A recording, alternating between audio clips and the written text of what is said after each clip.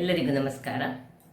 ಇವತ್ತು ವೈಲ್ಡ್ ಕೇಪಳ ಹೂವು ಅಂದರೆ ನಾವು ಕಾಟು ಕೇಪಳ ಹೂವು ಅಂತ ಏನು ಕರಿತೇವೆ, ಅದರ ಚಟ್ನಿಯನ್ನು ಮಾಡುವ ಅನೇಕ ಆರೋಗ್ಯಭರಿತ ಅಂಶಗಳು ಇದರಲ್ಲಿ ಅಡಗಿದೆ ಅಂತ ನಮ್ಮ ಹಿರಿಯರೇ ಹಿಂದಿನಲ್ಲಿ ಹೇಳ್ತಿದ್ದರು.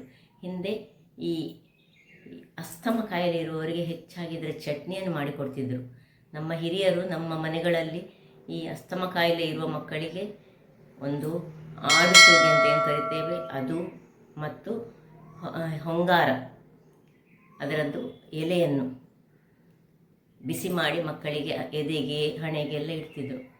ಹಾಗಿರುವಾಗ ಹಿಂದಿನ ಕಾಲದಲ್ಲಿ ಈ ಕೇಪಳ ಹೂವಿಗೆ ಸಹ ಅತ್ಯಂತ ಮಹತ್ವ ಇತ್ತು. ನಮಗೆ ಗೊತ್ತಿರುವ ಹಾಗೆ ದುರ್ಗಾ ನಮಸ್ಕಾರ ಪೂಜೆಯಲ್ಲಿ ದುರ್ಗೆಗೆ ಅರ್ಪಣೆ ಮಾಡಲಿಕ್ಕೆ ಈ ಒಂದು ವೈಲ್ಡ್ ಕೇಪಳ ಅಂದರೆ ಈಗ ಹೈಬ್ರಿಡ್ ಕೇಪಳಗಳು ತುಂಬ ಉಂಟು, ಅದೆಲ್ಲ ಯೂಸ್ ಮಾಡೋದಿಲ್ಲ. ಬಟ್ ವೈಲ್ಡ್ ಈ ಗದ್ದೆ ಬದಿಯಲ್ಲಿ ಮತ್ತು ಗುಡ್ಡಗಳಲ್ಲಿ ಬೆಳೀತದೆ. ಅದರಲ್ಲಿ ಸಣ್ಣ ಬೀಜ ಅಂದರೆ ಹಣ್ಣು ಸಾಕ್ತದೆ, ಬಹಳ ಸ್ವೀಟ್ ಆಗಿರ್ತದೆ. ಹಿಂದೆ ನಮಗೆ ನಾವು ನಮ್ಮ ತಂದೆಯ ಮನೆಗೆ ಹೋದಾಗ ನಮ್ಮ ಅಜ್ಜ ಅವುಗಳನ್ನೆಲ್ಲ ತೆಗೆದು ಕೊಡ್ತಿದ್ದರು. ಹಾಗಿರುವಾಗ ಬಹಳ ಆರೋಗ್ಯಭರಿತವಾದ ಈ ಕೇಪಳ ಹೂವನ್ನು ಮಾಡುವ ರೀತಿಯಲ್ಲಿ ಮಾಡಬೇಕು. ಅದರಲ್ಲಿ ಒಂದು ಈ ಶಲಾಕಾಗ್ರ ಅಂದರೆ ಮೀಸೆ ಥರದಲ್ಲಿರ್ತದೆ, ಅದನ್ನೆಲ್ಲ ತೆಗೆದು ಮಾಡುವಂತಹದ್ದು. ಇದು ಬಹಳ ಚೆನ್ನಾಗಿ ಬರುವಂತಹದ್ದು, ಆರೋಗ್ಯಕ್ಕೆ ಒಳ್ಳೆಯದು, ಆ್ಯಂಟಿ ಆಕ್ಸಿಡೆಂಟ್ ಉಂಟಂತೆ, ಈವನ್ ಡೈಜೆಷನ್ಗೆ ಸಹ ಬಹಳ ಉತ್ತಮವಾದ, ಸ್ಕಿನ್ ಪ್ರಾಬ್ಲಮನ್ನು ನಿವಾರಿಸುವಂತಹ ಶಕ್ತಿಯನ್ನು ಹೊಂದಿರುವಂತಹ ಈ ಕೇಪಳ ಹೂವಿನ ಚಟ್ನಿಯನ್ನು ಯಾವ ರೀತಿ ಮಾಡೋದೆಂದು ನೋಡೋ ಮೊದಲು ಯಾರೆಲ್ಲ ನನ್ನ ಚಾನಲನ್ನು ನೋಡ್ತಿದ್ದೀರಿ, ಯಾರೆಲ್ಲ ಇನ್ನೂ ಸಬ್ಸ್ಕ್ರೈಬ್ ಮಾಡಿಲ್ಲ, ದಯವಿಟ್ಟು ಸಬ್ಸ್ಕ್ರೈಬ್ ಮಾಡಿ ಸಪೋರ್ಟ್ ಮಾಡಿ ಅಂತ ಹೇಳುತ್ತಾ ಬನ್ನಿ ಯಾವ ರೀತಿಯಲ್ಲಿ ಮಾಡೋದೆಂದು ನೋಡೋಣ. ವೀಕ್ಷಕರೇ, ಇಲ್ಲಿ ನೋಡಿ, ಇದು ವೈಲ್ಡ್ ಕೇಪಳ ಗಿಡ. ಇದರಲ್ಲಿ ನೋಡಿ ಆದ ಹೂ ಸ್ವಲ್ಪ ಸಣ್ಣ ಸಣ್ಣದಾಗಿರ್ತದೆ. ಅಲಂಕಾರಿಕವಾಗಿ ಬೆಳೆಸುವಂತಹದ್ದು ಹೈಬ್ರಿಡ್ ಆಗಿರುವಂಥದ್ದು, ಅದು ಬೇರೆ.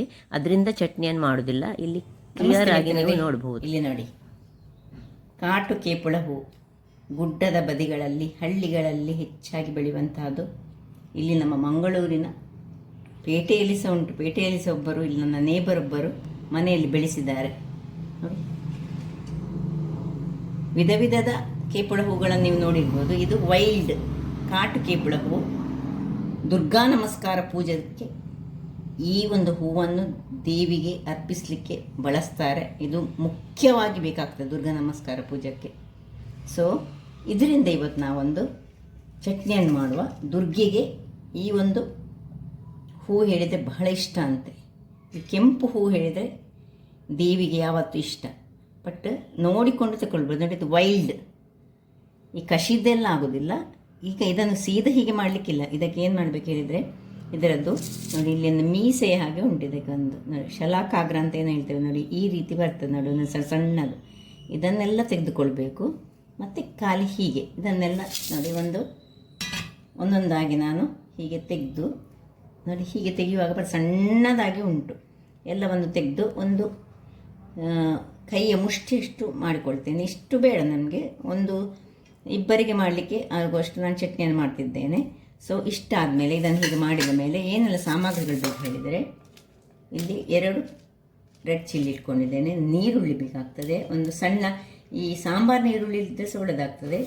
ಮತ್ತು ಒಂದು ಅರ್ಧ ಚಮಚದಷ್ಟು ಕೊತ್ತಂಬರಿ ಬೀಜ, ಅರ್ಧ ಚಮಚದ ಜೀರಿಗೆ, ಆದರೆ 2 ಬೆಳ್ಳುಳ್ಳಿ ಬೇಕು ನಮಗೆ.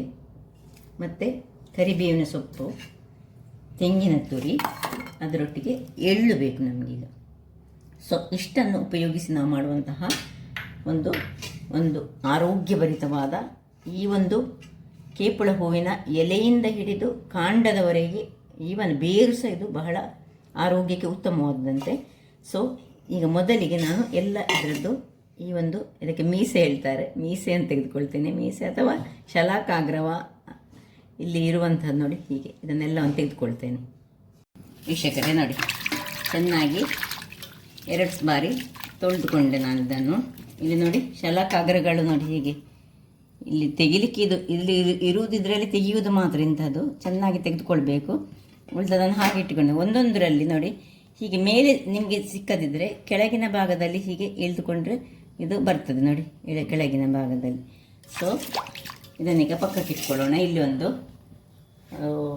ಬಣಾಲೆಯನ್ನು ಇಟ್ಟುಕೊಂಡಿದ್ದೆ. ಮೊದಲಿಗೆ ಈ ಒಂದು ಎಳ್ಳನ್ನು ಸ್ವಲ್ಪ ಡ್ರೈ ಫ್ರೈ ಮಾಡ್ತಾ ಇರ್ತೇನೆ. ಒಂದೇ ಡ್ರೈ ಫ್ರೈ ಮಾಡ್ಬೋದು, ಅಥವಾ ಸ್ವಲ್ಪ ಹೊತ್ತು ನೀರಿನಲ್ಲಿ ಹಾಕಿಟ್ಟು ಮಾಡಿದರೆ ಸಹ ಆಗ್ತದೆ, ಚೂರು ಹೊತ್ತು ಹಾಗೆ ಸಹ ಮಾಡಿಕೊಳ್ಬೋದು ನೋಡಿ. ಈಗ ಸ್ವಲ್ಪ ಇದನ್ನು ಫ್ರೈ ಮಾಡ್ಕೊಳ್ತೇನೆ ನಾನು, ಇದು ಒಡೆಯುವ ತನಕ. ನೋಡಿ ಎಳ್ಳು ಒಡಿಲಿಕ್ಕೆ ಶುರುವಾಯಿತು, ಸಾಕು. ಇದರಲ್ಲಿ ನಾನು 2 ಚಮಚದಷ್ಟು ಟೀ ಸ್ಪೂನಷ್ಟು ಎಳ್ಳನ್ನು ತೆಗೆದುಕೊಂಡಿದ್ದೇನೆ. ನನಗೆ ಸಣ್ಣದು ಮಾಡಿಕೊಂಡು ಇದನ್ನು ತೆಗೆದುಕೊಳ್ಳೋಣ.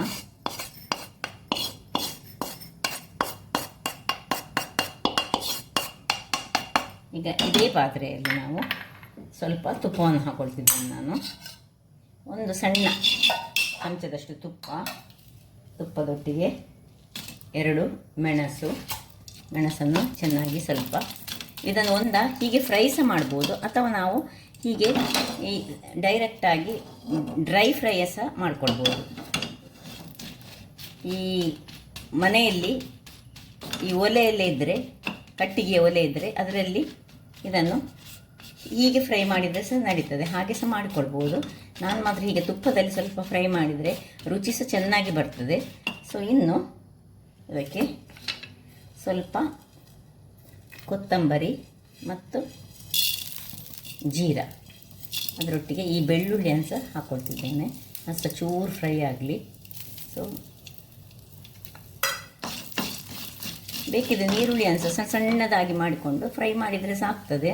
ಇದನ್ನೀಗ ಕೊನೆಗೆ ನಾನು ಹಾಕ್ಕೊಳ್ತಿದ್ದೇನೆ. ಈಗ ಸ್ವಲ್ಪ ಇದು ಫ್ರೈ ಆಗಲಿ. ಇಷ್ಟು ಫ್ರೈ ಆಗುವಾಗ ಇನ್ನು 2 ಎಸಳಿನಷ್ಟು ಕರಿಬೇವಿನ ಸೊಪ್ಪನ್ನು ಹಾಕೊಳ್ಳೋಣ.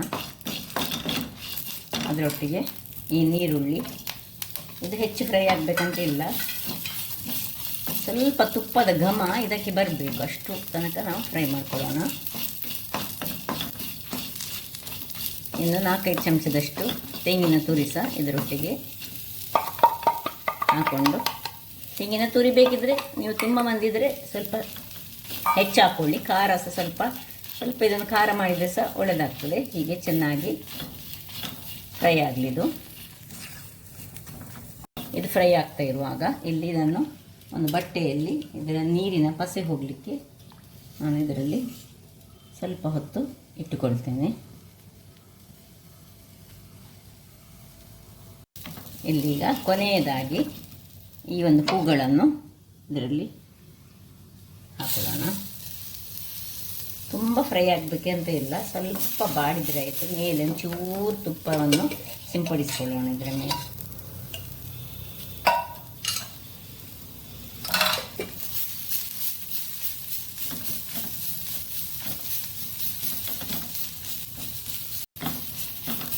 ಸಾಕು ನೋಡಿ. ಇದು ಹೂವು ಸ್ವಲ್ಪ ಬಾಡುವಾಗ ಇದನ್ನೀಗ ಆಫ್ ಮಾಡಿಕೊಂಡು ಅದರ ಬಿಸಿಯಲ್ಲಿ ಅದು ಸ್ವಲ್ಪ ಹೊತ್ತು ಫ್ರೈ ಆಗಲಿ. ಮತ್ತು ಈಗ ತಣ್ಣಗಾಗಬೇಕು ನಮಗೆ. ಚಟ್ನಿ ಮಾಡಬೇಕಾದ್ರೆ ತಣ್ಣಗೆ. ಇನ್ನು ಎಳ್ಳನ್ನು ಯಾವಾಗ ಹಾಕೋದಂತ ತೋರಿಸ್ತೇನೆ. ಮತ್ತು ಸ್ವಲ್ಪ ಹುಳಿ ಬೇಕಿದಕ್ಕೆ.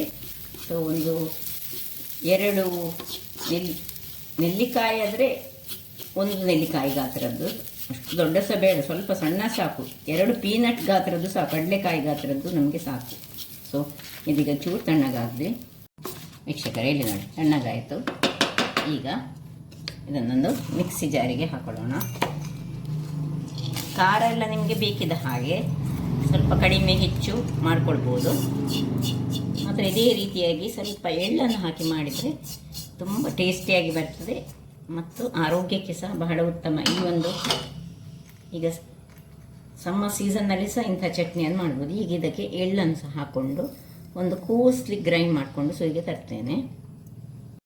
ಇಲ್ಲಿ ನೋಡಿ, ಇಷ್ಟು ಗ್ರೈಂಡ್ ಆಗುವಾಗ ಇದಕ್ಕೀಗ ಉಪ್ಪು ಹಾಕ್ಕೊಳ್ತಿದ್ದೇನೆ. ಸ್ವಲ್ಪ ಹುಳಿ ಆಗ ಹಾಕಲಿಲ್ಲ ಹುಳಿಯನ್ನು. ಈಗ ಇದಕ್ಕೆ ನೋಡಿ, ಇಷ್ಟು ಯಾಕೆ ಗ್ರೈಂಡ್ ಮಾಡಿದೆ ಹೇಳಿದೆ ನಾನು, ಈ ಎಳ್ಳು ಇಲ್ಲದಿದ್ದರೆ ಪಕ್ಕಕ್ಕೆ ಅದು ಫ್ರೈ ಮಾಡಿದಂಥ ಎಳ್ಳು, ಅದರಿಂದ ಗ್ರೈಂಡ್ ಆಗೋದಿಲ್ಲ. ಈಗ ಸ್ವಲ್ಪ ನೀರನ್ನು ಹಾಕ್ಕೊಂಡು ಸ್ವಲ್ಪ ನೀರು ಮಾಡಿ ಗ್ರೈಂಡ್ ಮಾಡಿ ತರ್ತೇನೆ. ವೀಕ್ಷಕರೇ, ಇಲ್ಲಿ ನೋಡಿ ಈ ರೀತಿಯಾಗಿ ಬರ್ತದೆ, ಕಲ್ಲರ್ ಕೆಂಪಾಗಿ ಬರ್ತದೆ.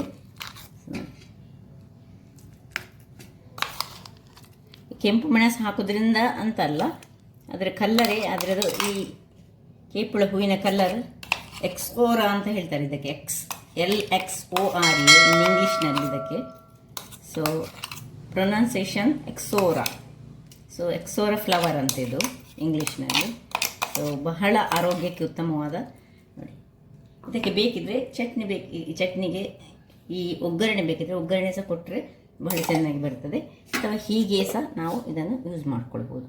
ಹಾಗಾದರೆ ನೋಡಿದ್ರಲ್ಲ ವೀಕ್ಷಕರೇ, ಒಂದು ಆರೋಗ್ಯಭರಿತವಾದ ನಿನ್ನೆ ಒಂದು ಚಟ್ನಿ ಆಯಿತು, ಅದು ಬಿಳಿ ದಾಸವಾಳದು. ಇವತ್ತು ಕೆಂಪು ಈ ಕೇಪುಳ ಹೂವು, ಅದು ಸಹ ವೈಲ್ಡ್ ಕೇಪುಳ ಹೂವು, ಯಾವುದ್ಯಾವುದಲ್ಲ ನೋಡಿದರೆ ಎಲ್ಲ ಈ ರೀತಿಯಾಗಿ ಬರ್ತದೆ.